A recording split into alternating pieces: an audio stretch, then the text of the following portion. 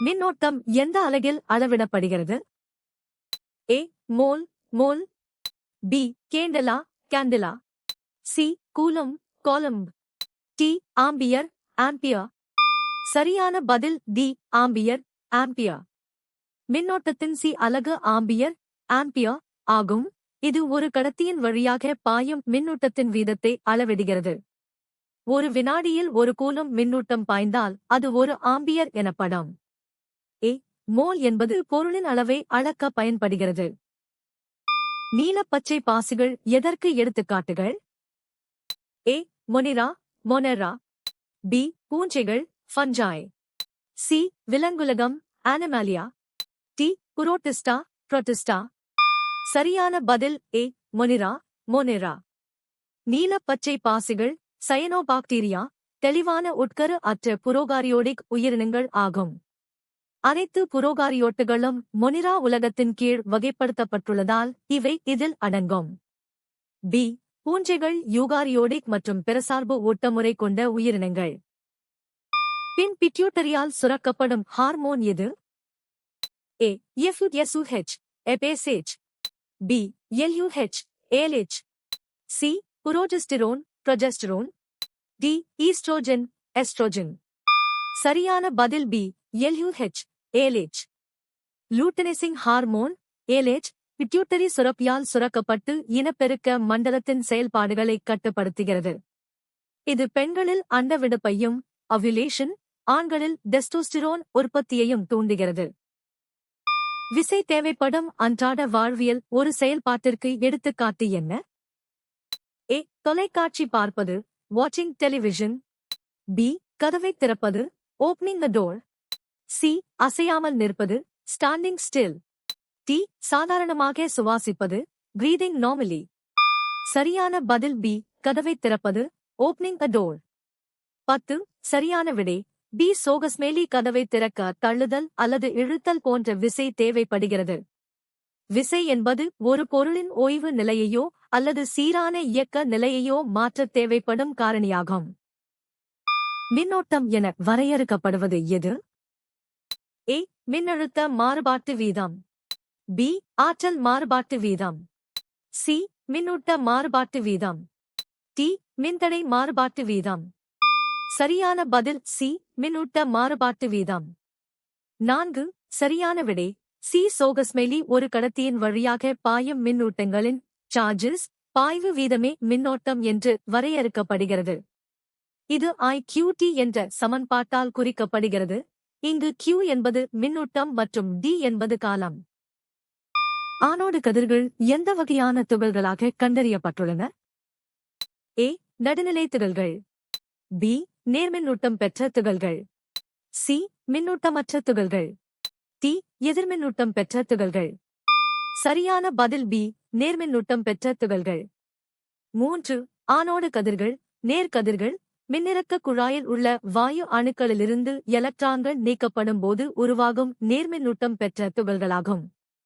இவற்றின் பண்புகள் குழாயினுள் பயன்படுத்தப்படும் வாயுவின் தன்மையைப் பொறுத்து அமையும். இரத்தக் குழாய்களில் எத்தனை முக்கிய வகைகள் உள்ளன? ஏ. 3. பி. 1. சி. 2. டி. 4. சரியான பதில் ஏ. 3.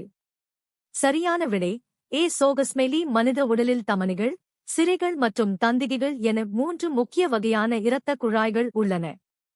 இவை இதயம் மற்றும் திசுக்களுக்கு இடையே இரத்தத்தைச் சுழற்சி செய்ய உதவுகின்றன. முறையில் யு எதைக் குறிக்கிறது? ஏ. திரைக்கும் லென்சுக்கும் உள்ள தூரம். பி. பொருளுக்கும் லென்சுக்கும் உள்ள தூரம். சி. லென்ஸின் தோராயமான குவிய நீளம். டி. பொருளின் உயரம். சரியான பதில் பி. பொருளுக்கும் லென்சுக்கும் உள்ள தூரம். சரியான விடை பி. சோகஸ்மெலி லென்ஸ் சூத்திரத்தில் யு என்பது ஒளி மையத்திற்கும் வைக்கப்பட்டுள்ள பொருளுக்கும் இடைப்பட்ட தூரத்தை குறிக்கிறது.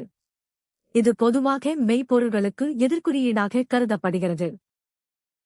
செல்லுலோஸ் சிதைவுக்கு உதவ சீக்கத்தில் எந்த குறிப்பிட்ட வகை செரிமான உதவி உள்ளது? ஏ. பித்தம் bile. B. Bacteria bacteria. C. நொதிகள் என்சைம்ஸ். டி. அமிலங்கள் ஆசிட்ஸ். சரியான பதில் பி. Bacteria bacteria. சரியான விடை பி. சோகஸ்மெலி. முயல் போன்ற விலங்குகளின் சீக்கத்தில் உள்ள பாக்டீரியாக்கள் செல்லுலோஸை செரிக்க உதவும் செல்லுலேஸ் நொதியை உற்பத்தி செய்கின்றன. தவறான விடைகள். ஏ. பித்தம் கல்லீரலில் சுரந்து கொழுப்பை செரிக்க உதவுகிறது. ஆற்றலை பயன்படுத்தாமல் அதிக செறிவுள்ள பகுதியிலிருந்து குறைந்த செறிவுள்ள பகுதிக்கு மூலக்கூறுகள் நகரும் செயல்முறை எது? ஏ. ஆற்றல்சார் கடத்தல், ஆக்டிவ் டிரான்ஸ்போர்ட். பி. பரவல், டிஃப்யூஷன். சி. வடிகட்டுதல், ஃபில்ட்ரேஷன்.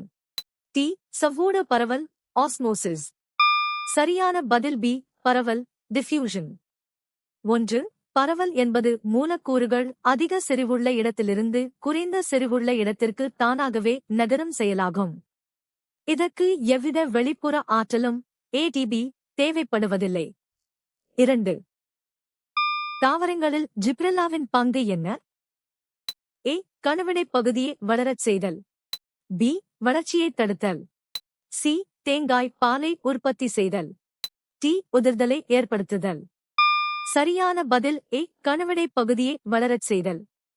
5. சரியான விடை ஏ. சோகஸ்மெலி ஜிப்ரெல்லின்கள் தாவரங்களில் கணுவிடைப் பகுதியின் நீட்சியைத் தூண்டி தாவரத்தின் ஒட்டுமொத்த உயரத்தை அதிகரிக்கின்றன. இவை விதையற்ற கனிகள் உருவாவதற்கும் பார்த்தினோகார்பி உதவுகின்றன. மின்னோட்டம் என்பது எதைக் கொண்டது? ஏ. ஒளியின் ஓட்டம். பி. புரோட்டான்களின் ஓட்டம். சி. மின்னூட்டத்தின் எலக்ட்ரான் ஓட்டம். டி. வெப்பத்தின் ஓட்டம். சரியான பதில் சி. மின்னூட்டத்தின் எலக்ட்ரான் ஓட்டம். 1. மின்னோட்டம் என்பது ஒரு கடத்தியின் வழியாக பாயும் எதிர்மின் துகள்களான எலக்ட்ரான்களின் ஓட்டமாகும். இது ஆம்பியர் ஏ என்ற அலகால் அளவிடப்படுகிறது. ஏ. ஒளியின் ஓட்டம் என்பது ஃபோட்டான்களின் இயக்கம். இது மின்சாரம் அல்ல. பின்வருவனவற்றில் எது தொடு விசைக்கு உதாரணமாக கொடுக்கப்பட்டுள்ளது? ஏ. காற்று கொடியை அசைப்பது. பி. பழுத்த தேங்காய் விழுவது. சி. காந்தவியல். டி. புவியீர்ப்பு. சரியான பதில் ஏ. காற்று கொடியை அசைப்பது. 8. காற்று கொடியின் மீது நேரடியாக மோதி விசையைச் செலுத்துவதால் இது ஒரு தொடு விசைக்கு உதாரணமாகும். இரு பொருட்கள் ஒன்றுடன் ஒன்று தொடும்போது ஏற்படும் விசையே தொடு விசை எனப்படும். மற்றவை பழுத்த தேங்காய் விழுவது புவியீர்ப்பு விசையினால் நடக்கிறது. இது ஒரு தொடா விசை. வீதக் கோவையான டி. ஏ. dt என்பதில் உள்ள எதிர்க்குறி எதைக் குறிக்கிறது? ஏ. இன் செறிவில் அதிகரிப்பு. பி. இன் செறிவில் அதிகரிப்பு. சி. இன் செறிவில் குறைவு. டி. இன் செறிவில் குறைவு. சரியான பதில் டி. இன் செறிவில் குறைவு. ஒரு வேதிவினையில் வினைப்படுபொருளின் ரியாக்டன்ட் செறிவு காலத்தை பொறுத்து குறைந்து கொண்டே வரும். எனவே வினை வேகத்தை குறிப்பிடும்போது செறிவில் ஏற்படும் இக்குறைவை உணர்த்தவே கணித ரீதியாக எதிர்க்குறி பயன்படுத்தப்படுகிறது. அலுமினியம் வலுவான காரங்களுடன் வினைபுரியும் போது என்ன வகை வினை நிகழ்கிறது? ஏ. அலுமினேட்டுகள் உருவாகின்றன. பி. ஒடுக்கம். சி. ஆக்சிஜனேற்றம். டி. நடுநிலையாக்கல். சரியான பதில் ஏ. அலுமினேட்டுகள் உருவாகின்றன. 6. அலுமினியம் சோடியம் ஹைட்ராக்சைடு போன்ற வலுவான காரங்களுடன் வினைபுரியும் போது கரையக்கூடிய அலுமினேட்டுகளை உருவாக்குகிறது. இந்த வினையின் போது ஹைட்ரஜன் வாயு வெளியேற்றப்படுகிறது. இது அலுமினியத்தின் ஈரியல்புத் தன்மையை காட்டுகிறது. மின்தூக்கியில் உள்ள ஒரு நபருக்கு செங்குத்தாக மேல்நோக்கி செயல்படும் விசை பின்வருவனவற்றில் எது? ஏ. நிறை மீட்டர். பி. எதிர்ச்செயல் விசை ஆர். சி. ஈர்ப்பு விசை W. டி. உண்மையான எடை W. சரியான பதில் பி. எதிர்ச்செயல் விசை ஆர். சரியான விடை பி. சோகஸ்மெலி மின்தூக்கியின் தரை ஒரு நபரின் மீது செங்குத்தாக மேல்நோக்கிச் செலுத்தும் விசை எதிர்ச்செயல் விசை ஆர் எனப்படும். இந்த விசைதான் அந்த நபரின் தோற்ற எடையை தீர்மானிக்கிறது. இயக்கம் பற்றிய கேள்விகளுக்கு வழிவகுக்கும் ஒரு பொதுவான கவனிப்பு என்ன? ஏ. ஒரு பொருள் ஒலியை உருவாக்குகிறது. பி. ஒரு பொருள் ஓய்வுக்கு வருகிறது. சி. ஒரு பொருள் வெப்பநிலையை மாற்றுகிறது. டி. ஒரு பொருள் நிறத்தை மாற்றுகிறது. சரியான பதில் பி. ஒரு பொருள் ஓய்வுக்கு வருகிறது.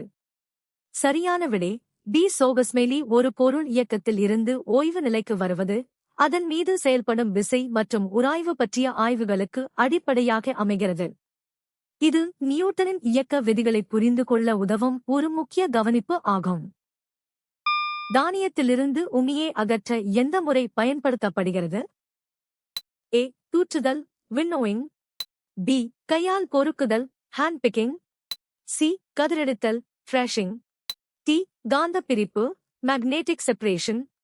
சரியான பதில் ஏ. தூற்றுதல் வின்னோயிங்.